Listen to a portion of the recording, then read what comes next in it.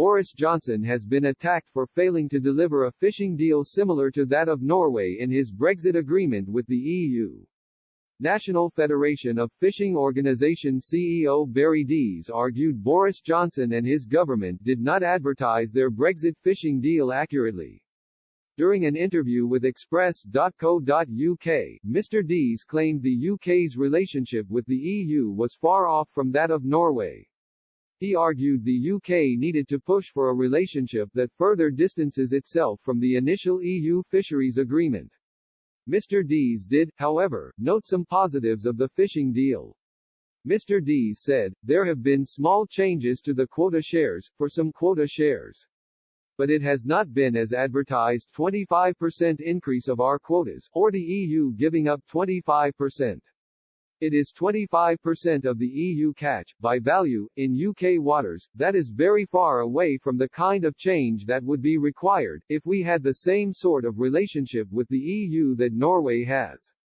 We are miles away from that, but there are some marginal changes." Despite his frustration with the overall fishing agreement, Mr. Dees highlighted some benefits. He said, "I suppose the overall advantage is that we will regulatory autonomy for our waters. That means the UK will set the rules for any vessel fishing in UK waters and we will have to see how that goes."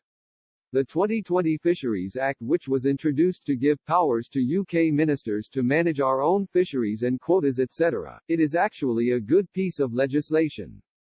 It provides the framework for quite a progressive and constructive approach to fisheries management.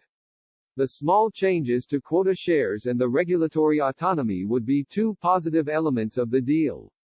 Mr. Dees ultimately concluded British fishermen had got the worst of all worlds with the fishing arrangement. Mr. Dees said, "We have now got the worst of all worlds. We have obstacles at the border in terms of getting a perishable commodity quickly to the customers in the EU." From a trade point view, Michel Barnier regards this as a natural consequence of the UK's decision to leave the EU.